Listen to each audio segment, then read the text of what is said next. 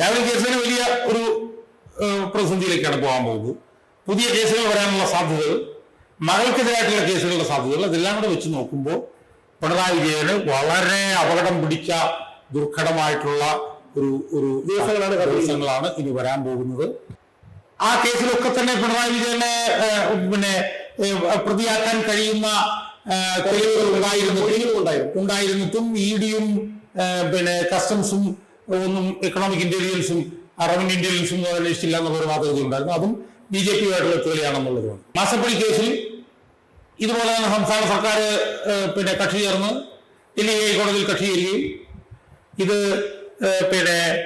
റദ്ദാക്കണമെന്നുള്ള ഈ ഹർജി അവിടെ തള്ളിപ്പോവുകയും ചെയ്തു കഴിഞ്ഞാൽ ആ മിനിറ്റിൽ പിണറായിയുടെ മകൾക്ക് സമൻസ് പോകും. അതെ, നമസ്കാരം. ഭരണമാറ്റം ഏതാണ്ട് ഉറപ്പായി.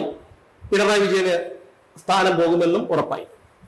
പക്ഷേ പിണറായി വിജയനും മകളുമൊക്കെ പ്രതികളായ പല കേസുകളും കേന്ദ്ര അന്വേഷണ ഏജൻസികൾ അന്വേഷിക്കുന്നുണ്ട്. അതൊക്കെ പാതി വഴിയിൽ നിലച്ച മട്ടിലുമാണ്. തെരഞ്ഞെടുപ്പ് ഫലം അറിഞ്ഞതിനു ശേഷം, പിണറായി വിജയൻ അധികാരം നഷ്ടപ്പെട്ടതിന് ശേഷം ഈ കേസുകളുടെയൊക്കെ ഭാവി എന്താകും, പിണറായി വിജയന്റെയും മകളുടെയും ഭാവി എന്താകും എന്നുള്ളതാണ് ചോദ്യം. അതായത് ഈ പിണറായി വിജയനുമായി ബന്ധപ്പെട്ട് കഴിഞ്ഞ 10 വർഷക്കാലം ഏറ്റവും കൂടുതൽ ചർച്ച ചെയ്യപ്പെട്ട ഒരു വിഷയം പിണറായി വിജയനും മകളും കുടുംബവും ഒക്കെ ആയി ബന്ധപ്പെട്ടിട്ടുള്ള അഴിമതി കേസുകളാണ്. നമുക്കറിയാം, പിണറായി വിജയനുമായിട്ട് ബന്ധപ്പെട്ട ആദ്യത്തെ അഴിമതി കേസിന്റെ ചർച്ച തുടങ്ങുന്നത് 2000-ലാണ്. യഥാർത്ഥത്തിൽ 2001 മുതൽ തന്നെ പിണറായി വിജയൻ ലാവ്ലിൻ കേസിൽ പ്രതിയാണ് എന്നുള്ള നിലയിലുള്ള ചർച്ചകൾ ആരംഭിച്ചു. ആ ചർച്ചകൾക്കൊരു കൃത്യത വന്നത് 2005 കൺട്രോളർ ആൻഡ് ഓഡിറ്റർ റിപ്പോർട്ടിൽ SNC ലാവ്ലിൻ അഴിമതി കേസിൽ 374.5 കോടി രൂപയുടെ നഷ്ടം സംസ്ഥാന ഖജനാവിനുണ്ടായി എന്ന് കൺട്രോളർ ആൻഡ് ഓഡിറ്റർ ജനറൽ വിലയിരുത്തി. അതിനകത്തുള്ള അത് വലിയ ചർച്ചാ വിഷയമായി. VS അച്യുതാനന്ദൻ തന്നെ ആ വിഷയം ഏറ്റെടുത്തു. 2006 കേരള ഹൈക്കോടതിയുടെ ജസ്റ്റിസ് VK ബാലിയും ജസ്റ്റിസ് JB കോശിയും അടങ്ങുന്ന ഡിവിഷൻ ബെഞ്ച് ഈ SNC ലാവ്ലിൻ അഴിമതി കേസിന്റെ അന്വേഷണം CBIക്ക് വിട്ടു.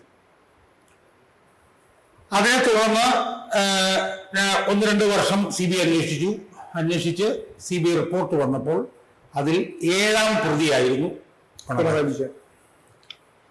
2007 മുതൽ 2013 വരെ ആ കേസ് അങ്ങനെ കിടന്നു. അതിന്റെ കുറ്റപത്ര സമർപ്പണത്തിൽ അയാൾ 9ാം പ്രതിയായി മാറി. 1-2 പേര് മരിക്കുകയൊക്കെ ചെയ്തു. 2013 തിരുവനന്തപുരം CBI കോടതി പിണറായി വിജയൻ ഉൾപ്പെടെയുള്ള എല്ലാ പ്രതികളെയും വെറുതെ വിട്ടുകൊണ്ട് ഉത്തരവിറക്കി. അതിനുശേഷം 2017 ഓഗസ്റ്റ് 23 കേരള ഹൈക്കോടതിയുടെ single bench P. Ubaid Pinarayi വിജയനും അന്നത്തെ പവർ അഡീഷണൽ സെക്രട്ടറി ആയിട്ടുള്ള P.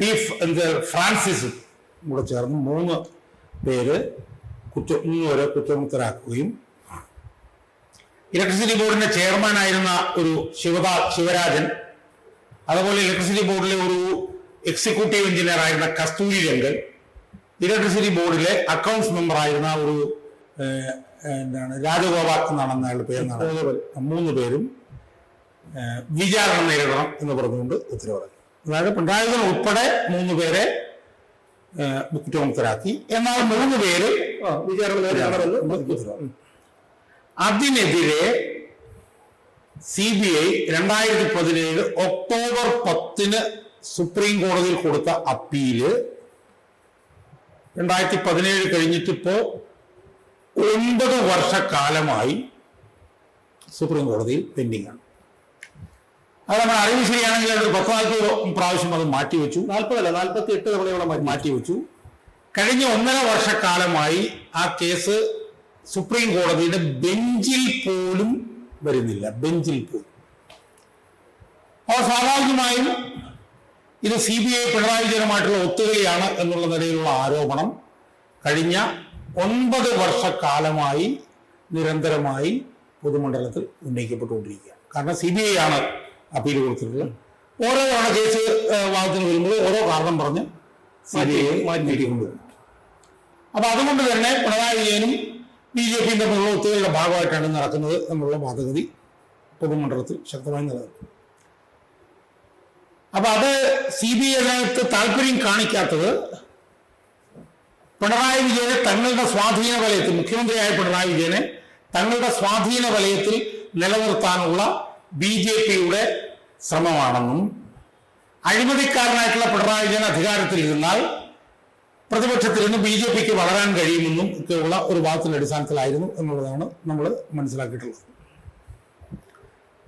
അതിനിടയിലാണ് 2023 income tax interim settlement board Pinarayi വിജയന്റെ മകൾ വീണ വിജയൻ കൊച്ചിയിലെ കൊച്ചിൻ മിനറൽസ് ആൻഡ് റൂട്ടൈറ്റ്സ് എന്ന് പറയുന്ന കരിമണൽ കർത്താവിന്റെ കമ്പനിയിൽ നിന്ന് 1,72,00,000 രൂപയുടെ മാസപ്പടി വാങ്ങിയതുമായി ബന്ധപ്പെട്ടുകൊണ്ടുള്ള വിധി വരുന്നത്. വിധി ഇൻകം ടാക്സ് ഇന്ററിം സെറ്റിൽമെന്റ് ബോർഡിൽ നിന്ന് വരുന്നു. അതിനെ തുടർന്ന് സീരിയസ് ഫ്രോഡ് ഇൻവെസ്റ്റിഗേഷൻ ഓഫീസ് ഏതാണ്ട് ഒരു വർഷം കഴിഞ്ഞപ്പം ഇതുമായി ബന്ധപ്പെട്ടുകൊണ്ട് അന്വേഷണം തുടങ്ങി. ആ അന്വേഷണം തടയാൻ വേണ്ടി പിണറായി വിജയന്റെ മകള് കേരള ഹൈക്കോടതിയിൽ പോയി, കർണാടക ഹൈക്കോടതിയിൽ പോയി. അവിടെ ഒന്നും കഴിയാതെ അവസാനം ആ കേസിന്റെ അന്വേഷണം ഇടയ്ക്ക് നടന്നു. SFI അന്വേഷണം നടന്നു. അന്വേഷണം നടന്ന് ആ അന്വേഷണത്തിൽ പിണറായി വിജയന്റെ മകൾ 9ാം പ്രതിയായി ഉൾപ്പെട്ടുകൊണ്ട് അതിന്റെ കുറ്റപത്രം എറണാകുളത്തെ എക്കണോമിക് ഒഫൻസസിന്റെ CJM കോടതിയിൽ സമർപ്പിച്ചു. ഏതാണ്ട് ആ സമയത്ത് 2024 എൻ്റെ ഓർമ്മ, 16/11/2024 മറ്റോ ഈ കേസ് റദ്ദാക്കണം എന്ന് പറഞ്ഞുകൊണ്ട് കരിമണൽ കർത്താവിന്റെ Cochin minerals and rutiles Delhi ഹൈക്കോടതിയിൽ ഒരു കേസ് ഫയൽ ചെയ്തു. ഈ അന്വേഷണം SFI അന്വേഷണം റദ്ദാക്കണം. ആ കേസും കഴിഞ്ഞ 2 വർഷക്കാലമായി ഡൽഹി ഹൈക്കോടതിയിൽ പെൻഡിംഗ് ആണ്. ഈ കഴിഞ്ഞ ദിവസവും ആ കേസ് മാറ്റിവെച്ചു. ഏതാണ്ട് 31ഓളം തവണ ആ കേസും മാറ്റിവെച്ചിരിക്കും. അല്ല, 25ാമത്തെ തവണയോ മറ്റോ കേസ് മാറ്റിവെച്ചപ്പോൾ അത് കോടതിയുടെ ശ്രദ്ധയിൽ SFIയുടെ ശ്രദ്ധപ്പെടുത്തിയല്ലോ. എന്തായാലും 31ാമത്തെ തവണ കഴിഞ്ഞ ദിവസം അത് മാറ്റിവെച്ചു. ഇപ്പൊ ജൂലൈയിലേക്കാണ് അത് മാറ്റിവെച്ചിരിക്കുന്നത് എന്നാണ് മനസ്സിലാക്കുന്നത്. അപ്പം പിണറായി വിജയനുമായി ബന്ധപ്പെട്ട ഒരു സുപ്രധാന കേസ്, മകളുമായി ബന്ധപ്പെട്ട ഒരു സുപ്രധാന കേസ്, അങ്ങനെ 2 കേസുകൾ നമ്മൾ ചർച്ച ചെയ്യും. അതിനിടയിലാണ് 2020 വന്ന സ്വർണ്ണക്കള്ളക്കടത്ത് കേസ്, ഡോളർ കള്ളക്കടത്ത് കേസ്. ആ കേസിലൊക്കെ തന്നെ പിണറായി വിജയനെ പ്രതിയാക്കാൻ കഴിയുന്ന തെളിവുകൾ ഉണ്ടായിരുന്നിട്ടും EDയും കസ്റ്റംസും ഒന്നും എക്കണോമിക് ഇന്റലിജൻസും റവന്യൂ ഇന്റലിജൻസും അന്വേഷിച്ചില്ല എന്നുള്ള വാദഗതി ഉണ്ടായിരുന്നു. അതും BJPയുമായിട്ടുള്ള തെളിയാണെന്നുള്ളതുമാണ്. നമുക്കറിയാം ആ കേസിൽ പ്രധാനപ്പെട്ട ഒരു പ്രതിസ്ഥാനത്തുണ്ടായിരുന്ന സ്വപ്ന സുരേഷ് കൊടുത്തിട്ടുള്ള 164 സ്റ്റേറ്റ്മെന്റ് ഉണ്ട്. ആ 164 സ്റ്റേറ്റ്മെന്റിലും ഒക്കെ തന്നെ പിണറായി വിജയനെതിരെ അതിഭീകരമായിട്ടുള്ള ആരോപണങ്ങൾ ഉള്ളതായിട്ട് നമ്മൾ കേട്ടിട്ടുണ്ട്. ആ കേസും യഥാർത്ഥത്തിൽ മുന്നോട്ട് നീങ്ങാത്തത്, ആ കേസിലെ വിചാരണ കർണാടക സർക്കാരിലേക്ക് മാറ്റണമെന്ന് പറഞ്ഞിട്ട് സുപ്രീം കോടതിയിൽ കിടക്കുന്ന കേസ്, അതിന്മേൽ സ്റ്റേ വാങ്ങിച്ചിട്ടുള്ളതെല്ലാം സംസ്ഥാന സർക്കാരാണ്. അപ്പോ ഇപ്പൊ പിണറായി വിജയൻ അധികാരത്തിൽ നിന്ന് പോകുന്ന സമയത്ത് ഈ കേസുകളെല്ലാം തന്നെ ചർച്ചാ വിഷയമാവുകയാണ്. കാരണം ഈ കേസുകൾ ഒട്ടും മുന്നോട്ട് നീങ്ങാത്തതിന് 2 കാരണങ്ങളുണ്ട്. ഒന്ന്, പിണറായി വിജയനും BJPയും തമ്മിലുള്ള ഒത്തുകളി. 2, പിണറായി വിജയന്റെ നേതൃത്വത്തിലുള്ള സംസ്ഥാന സർക്കാർ ഈ കേസുകളുടെ അന്വേഷണം അട്ടിമറിക്കാൻ വേണ്ടിയിട്ട് നടത്തിയിട്ടുള്ള ശ്രമങ്ങൾ. അപ്പൊ ഈ 2 കാരണങ്ങൾ കൊണ്ടാണ് കഴിഞ്ഞ 10 വർഷക്കാലമായി ഈ കേസുകളൊന്നും അനങ്ങാതിരുന്നത്. എന്നാൽ ഇപ്പോ പിണറായി വിജയൻ ദുർബലനാവുകയാണ്, തോൽക്കാൻ പോവുകയാണ്, പിണറായി വിജയൻ അധികാരഭ്രഷ്ടനാവാൻ പോവുകയാണ്. അധികാരഭ്രഷ്ടനാകുമ്പോൾ ഈ കേസുകളുടെ അവസ്ഥ എന്തായിരിക്കും എന്നുള്ളതാണ്. അവിടെയാണ് നമുക്ക് അപ്പം അവിടെ 2 കാരണങ്ങൾ നമുക്ക് കാണാൻ കഴിയും. ഒന്ന്, BJPക്ക് ഇനിയിപ്പം പിണറായി വിജയനെ സംരക്ഷിക്കേണ്ട വലിയ ബാധ്യതയില്ല. കാരണം പിണറായി വിജയൻ അധികാരം പോയി. പിണറായി വിജയൻ അധികാരം പോയ സാഹചര്യത്തിൽ BJPക്ക് ഇനി പിണറായി വിജയനിൽ ഇൻവെസ്റ്റ് ചെയ്യേണ്ട യാതൊരു ആവശ്യമില്ല, പിണറായി വിജയനെ സംരക്ഷിക്കേണ്ട യാതൊരു ആവശ്യമില്ല. അപ്പൊ സ്വാഭാവികമായും ഈ കേസുകളുടെ കാര്യത്തിൽ BJP എന്ത് നിലപാടാണ് എടുക്കാൻ പോകുന്നത് എന്നുള്ളത് വളരെ സുപ്രധാനം. പക്ഷെ അതിനേക്കാൾ ഒക്കെ പ്രധാനം, നമ്മൾ നേരത്തെ പറഞ്ഞു, ഈ കേസുകളൊന്നും തന്നെ മുന്നോട്ട് നീങ്ങാഞ്ഞതിന്റെ പ്രധാനപ്പെട്ട കാരണം പിണറായി വിജയൻ മുഖ്യമന്ത്രിയായ അധികാരത്തിൽ ഇരുന്നത് കൊണ്ടാണ് എന്നുള്ളത്. ഇപ്പൊ ലാവ്ലിൻ കേസിന്റെ കാര്യം തന്നെ എടുക്കുക. ലാവ്ലിൻ കേസിലെ പിണറായി വിജയനെ വെറുതെ വിട്ടതിനെതിരായിട്ടുള്ള അപ്പീലാണ് ഹൈക്കോടതിയിൽ കിടന്നിരുന്നത്. പിണറായി വിജയനുള്ള മുഖ്യമന്ത്രിയാണ്. അതെ. അതുകൊണ്ട് സംസ്ഥാന സർക്കാരിന്റെ ഭാഗത്തുനിന്ന് ഒരു നീക്കങ്ങളും നടക്കില്ല. പക്ഷെ ഇനിയിപ്പോ എന്താ സംഭവിക്കാൻ പോകുന്നത്? ഇനി പിണറായി വിജയനെതിരായിട്ടുള്ള ഒരു സർക്കാരാണ് ഇവിടെ അധികാരത്തിൽ വരാൻ പോകുന്നത്. അവർക്ക് ഈ കേസിൽ വേണമെങ്കിൽ കക്ഷി ചേരാം. സുപ്രീം കോടതി ഈ കേസിൽ കക്ഷി ചേർന്നിട്ട് ഈ കേസ് പെട്ടെന്ന് ഭാഗത്തിനെടുക്കണമെന്നാണെങ്കിൽ അവർക്ക് ആവശ്യപ്പെടാം. കാരണം കേരളത്തിലെ ഖജനാവിനാണല്ലോ 374.5 കോടി രൂപ നഷ്ടപ്പെടാത്തത്. അതുകൊണ്ട് നമ്മുടെ ഖജനാവിന് സംസ്ഥാന സർക്കാർ ഉത്തരവാദിത്തം, സംസ്ഥാന സർക്കാരിന് ബാധ്യതയുണ്ട്. കാരണം ഞങ്ങളുടെ 375 കോടി രൂപ നഷ്ടപ്പെട്ടിരിക്കുന്നു. അതിൽ ഇയാളെ പ്രതിസ്ഥാനത്ത് ഉണ്ടായിരുന്ന ഇയാളെ കുറ്റമുക്തനാക്കുന്നതിനെതിരായിട്ട് CBI അപ്പീൽ കൊടുത്തത്. CBI ഒത്തുകളിക്കുകയാണ് കഴിഞ്ഞ 10 വർഷക്കാലമായി. അതുകൊണ്ട് അതിന്റെ വിചാരണ പെട്ടെന്ന് നടത്തണം എന്ന് പറഞ്ഞുകൊണ്ട് സർക്കാരിന് വേണമെങ്കിൽ കക്ഷി ചേരാം. സ്വാഭാവികമായി ഇതിനകത്ത് 3 പേര് വിചാരണ നേരിടണമെന്ന് പറഞ്ഞിട്ടുണ്ട്. അവ സംസ്ഥാന സർക്കാരാണ് ചോദിക്കാം, 3 പേര് വിചാരണ നേരിടണം, എന്തുകൊണ്ട് മറ്റു 3 പേര് ഒഴിവാക്കിയത് എന്ന് ചോദിക്കാം. ഒന്നാമത്തെ ചോദ്യം. രണ്ടാമത്തെ ചോദ്യം എന്താ? വിചാരണ നേരിടുന്നവരും മുഴുവൻ ചെറിയ ഉദ്യോഗസ്ഥന്മാരാണ്. എക്സിക്യൂട്ടീവ് എഞ്ചിനീയറും KC ബോർഡ് ചെയർമാനും ഒക്കെയാണ്. എന്നാൽ പവർ സെക്രട്ടറി ആയിട്ടുള്ള ആളും മന്ത്രിയായിട്ടുള്ള ആളുകളെയും എങ്ങനെ വെറുതെ വിടാൻ പറ്റും? കാരണം അവരല്ലേ നയപരമായിട്ടുള്ള തീരുമാനം. അതുകൊണ്ട് തന്നെ ആ കേസ് അടുത്ത് വരാൻ പോകുന്ന UDF സർക്കാർ ഗൗരവമായി എടുത്താൽ പെട്ടെന്ന് ഏർലി ഹിയറിങ്ങിന് കൊടുക്കുകയും ആ കേസിൽ പിണറായി വിജയൻ വിചാരണ നേരിടണമെന്ന് പറഞ്ഞു കഴിഞ്ഞാൽ പിന്നെ വിചാരണയിലേക്കാണ് പോകുന്നത്. അതെ, വലിയ ക്ഷീണമാണ് പിണറായി വിജയനെ സംബന്ധിച്ചുള്ള. അഴിയിടാനുള്ള സാധ്യത നമുക്ക് തള്ളിക്കളയാൻ പറ്റില്ല. കാരണം അതിനകത്ത് ഒരുപാട് തെളിവുകളുള്ളതാണ്. രണ്ടാമത് PF കിടക്കുന്നത് പിണറായി വിജയന്റെ മകൾക്കാണ്. മാസപ്പടി കേസിൽ ഇതുപോലെ തന്നെ സംസ്ഥാന സർക്കാർ കക്ഷി ചേർന്ന് ഡൽഹി ഹൈക്കോടതിയിൽ കക്ഷി ചേരുകയും ഇത് റദ്ദാക്കണമെന്നുള്ള ഈ ഹർജി അവിടെ തള്ളിപ്പോവുകയും ചെയ്തു കഴിഞ്ഞാൽ ആ മിനിറ്റിൽ പിണറായിയുടെ മകൾക്ക് സമൻസ് പോകും. അതെ, പിണറായിയുടെ മകൾക്ക് സമൻസ് പോയി കഴിഞ്ഞാൽ പിന്നെ അപ്പൊ അതുകൊണ്ട് തന്നെ പിണറായി വിജയനെതിരായിട്ടുള്ള കേസുകൾ ഈ 2 കേസുകളാണ് ഇപ്പൊ ഞാൻ പറഞ്ഞത്. ഇനി സംസ്ഥാന സർക്കാരിന്റെ പുതിയ കേസുകൾ രജിസ്റ്റർ ചെയ്യാം. അതെ, അതെന്തൊക്കെയാണെന്നുള്ളത് സംബന്ധിച്ചപ്പോൾ തെളിവില്ലെങ്കിൽ വരാൻ പോകുന്ന വിവിധ വിഷയങ്ങളിൽ പിണറായിന്റെ സ്വത്ത് സമ്പാദനത്തെ കുറിച്ച് വേണമെങ്കിൽ അന്വേഷിക്കാം, മകളുടെ സ്വത്ത് സമ്പാദനത്തെ കുറിച്ച് അന്വേഷിക്കാം, മകന്റെ സ്വത്ത് സമ്പാദനത്തെ കുറിച്ച് അന്വേഷിക്കാം. അതിനകത്തൊക്കെ പുതിയ കേസുകൾ രജിസ്റ്റർ ചെയ്യാം. ഇവൻ സ്വർണ്ണക്കള്ളക്കടത്തിലും ഡോളർ പോലും പുതിയ കേസുകൾ വേണമെങ്കിൽ രജിസ്റ്റർ ചെയ്യാം. സ്വപ്ന സുരേഷിനെ കൊണ്ട് സ്വപ്ന സുരേഷിന്റെ 164 സ്റ്റേറ്റ്മെന്റ് ഇല്ലേ, അതെടുത്തിട്ട് അതുമായി ബന്ധപ്പെട്ട് വേണം കേസ് രജിസ്റ്റർ ചെയ്യാം. വേണം സ്വപ്ന സുരേഷിനെ കൊണ്ട് പുതിയ പരാതി വാങ്ങിച്ച് കാരണം സോളാർ പരാതിക്കാരി അങ്ങനെ ചെയ്തു. അവിടെ നിന്ന് പരാതി പുതുതായിട്ട് എഴുതി മേടിച്ചിട്ടാണ് CBI അത് മാത്രമല്ല, ഇനി ഈ ഒരു സർക്കാർ മാറിയതിനു ശേഷം നടപടി എടുക്കുമ്പോൾ BJP സർക്കാരിന് അത് ഗുണം ചെയ്യും, BJPക്ക് അത് ഗുണം ചെയ്യുന്നുള്ളൊരു തോന്നൽ അവർക്കുണ്ടാവും. അപ്പൊ അങ്ങനെ വരുമ്പോൾ എന്തായാലും നടപടി ഉടൻ തന്നെ ഉണ്ടാകാൻ സാധ്യതയില്ല. അല്ല, അതിപ്പോ BJPക്ക് ഇനി പിണറായി വിജയനെ വേണ്ടാത്തവർക്ക് അവർക്ക് വലിയ താല്പര്യം ഉണ്ടാവില്ല. അല്ല, കാരണം പിണറായി വിജയനെ സംരക്ഷിക്കുന്നത് BJP ആണെന്നുള്ളൊരു ബോധ്യം, ഒരു തോന്നൽ പൊതുസമൂഹത്തിനുണ്ട്. ആ തോന്നൽ ഇല്ലാതാക്കാനായി ഞങ്ങൾ ഇതൊന്നും ചെയ്തിട്ടില്ല, ഞങ്ങളല്ല സംരക്ഷിച്ചത് എന്ന് വരുത്തി തീർക്കാനായി ഇനി ഉടൻ തന്നെ ചിലപ്പോൾ നടപടികൾ ദ്രുതഗതിയിൽ ആരംഭിക്കാൻ. എന്ന് മാത്രമല്ല, സ്വർണ്ണക്കള്ളക്കടത്തിലും ഡോളർ കള്ളക്കടത്തിലും സംസ്ഥാന സർക്കാർ പുതിയ കേസ് രജിസ്റ്റർ ചെയ്ത് കഴിഞ്ഞാൽ അവർക്ക് ഇൻഡിപെൻഡന്റ് തന്നെ ചെയ്യാം. അതെ, പിന്നെ ശബരിമല കൊള്ളയുമായിട്ട് ബന്ധപ്പെട്ടും പുതിയ കേസുകളൊക്കെ വേണമെങ്കിൽ വരാം.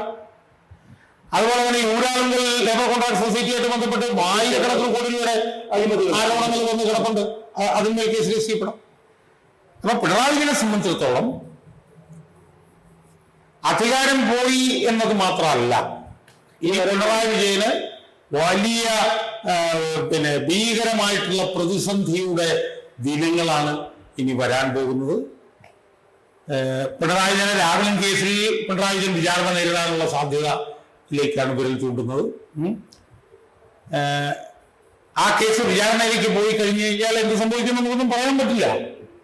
മനസ്സിലാവും. അവിടെയും വേണമെങ്കിൽ ബന്ധപ്പെട്ട കക്ഷികൾക്ക് സർക്കാരിനൊക്കെ വേണമെങ്കിൽ കക്ഷിയല്ല, കാരണം സർക്കാരിനാണ് ഖജനാവിൽ പണം പോയിരിക്കുന്നത്. സർക്കാർ വേണം. അപ്പം ലാവ്ലിൻ കേസിന് വലിയ ഒരു പ്രതിസന്ധിയിലേക്കാണ് പോകാൻ പോകുന്നത്. പുതിയ കേസുകൾ വരാനുള്ള സാധ്യതകൾ, മകൾക്കെതിരായിട്ടുള്ള കേസുകളുടെ സാധ്യതകൾ, അതെല്ലാം കൂടെ വെച്ച് നോക്കുമ്പോൾ പിണറായി വിജയന് വളരെ അപകടം പിടിച്ച ദുർഘടമായിട്ടുള്ള ഒരു ദിവസങ്ങളാണ് ഇനി വരാൻ പോകുന്നത്.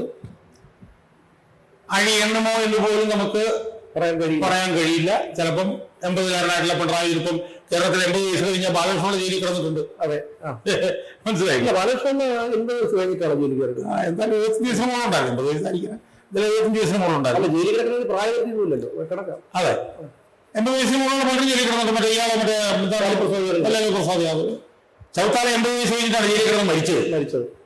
ഒരുപാട് കാരണങ്ങളുണ്ട്. ഷിബു സാറിനും എനിക്ക് തോന്നുന്നു 75 വയസ്സായിരുന്നു.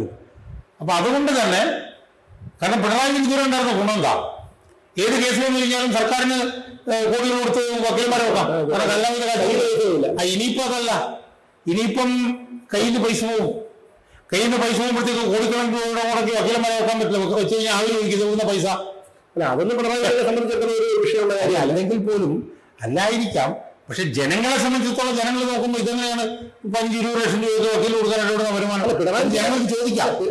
പക്ഷെ പിണറായി വിജയനെ സംബന്ധിച്ചിടത്തോളം ഇനി ഒരു രാഷ്ട്രീയ ഭാവി ഇല്ല എന്ന് അദ്ദേഹത്തിന് എന്തായാലും മനസ്സിലായി കഴിഞ്ഞു. അപ്പൊ അതുകൊണ്ട് തന്നെ ഇനി ഒരു ജനങ്ങൾ എന്ത് പറയുന്നു, അണികൾ എന്ത് പറയുന്നു എന്നുള്ളത് അദ്ദേഹത്തിനെ സംബന്ധിക്കുന്ന ഒരു വിഷയമായിരിക്കില്ല. അല്ല, ആയിരിക്കാം. പക്ഷേ ഇനിയുള്ള പ്രശ്നം എതിരായിട്ടുള്ള ഒരു സർക്കാർ ഇവിടെ ഉണ്ടാവും എന്നുള്ളതാണ്. മറ്റോതല്ല. മറ്റേ കഴിഞ്ഞ 10 വർഷം എന്ന് പറഞ്ഞാൽ അയാൾ എന്ത് ചരിത്രത്തിനെ കാണിച്ചു കഴിഞ്ഞാലും അതിനെ ആയിരിക്കുന്ന സർക്കാരുമായിരിക്കുന്ന പാർട്ടി വരുന്നു. ഇപ്പം ED അന്വേഷണം അട്ടിമറിക്കണം. ED അന്വേഷണം അട്ടിമറിക്കാൻ വേണ്ടി തന്നെ ഒരു ജുഡീഷ്യൽ കമ്മീഷൻ ഇവിടെ നിയമിച്ചു. VK മോഹൻ എന്ന് പറഞ്ഞിട്ടൊരു CPM കാരൻ ജഡ്ജി വെച്ചുകൊണ്ട്. എന്ന് മാത്രമല്ല, മാസപ്പടി കേസിൽ കക്ഷി ചേർന്ന് മുന്നോട്ട് പോയിരുന്നത് മുഴുവൻ KSIDC ആയിരുന്നു. KSIDC പിന്നെ പറ്റും. അപ്പൊ സർക്കാർ മാറി. അപ്പൊ വലിയ ദുർഘടമായിട്ടുള്ള ദിവസങ്ങളാണ് പിണറായിയുടെ മുന്നിൽ ഇരിക്കുന്നത്. നമുക്കറിയില്ല, രാഷ്ട്രീയമാണ്, അഴിയെണ്ണാനുള്ള സാധ്യത തള്ളിക്കളയാൻ പറ്റില്ല എന്നാണ് ഇപ്പോൾ പറയാവുന്നത്.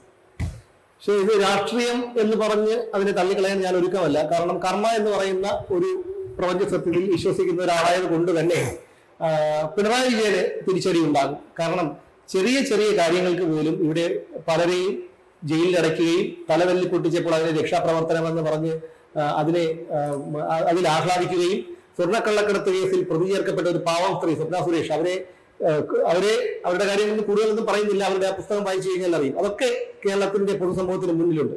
അപ്പൊ അതുകൊണ്ട് തന്നെ പിണറായി വിജയനെ സംബന്ധിച്ചിടത്തോളം കഴിഞ്ഞ 10 വർഷങ്ങൾ അത് ഈ ഭസ്മാസുരന് വരം കിട്ടിയതുപോലെയുള്ള ഒരവസ്ഥയായിരുന്നു. എന്തായാലും ഭരണം മാറുന്നതോടുകൂടി പിണറായി വിജയന്റെ വില ഇടിഞ്ഞു എന്നുള്ള കാര്യം ഉറപ്പാണ്. കാരണം BJPക്ക് ഇനി പിണറായി വിജയനെ വേണ്ട. അങ്ങനെ വരുമ്പോൾ ഈ പറയുന്ന ഒന്നിലേറെ കേസുകൾ പിണറായി വിജയനെയും മകളെയും കാത്തിരിപ്പുണ്ട്.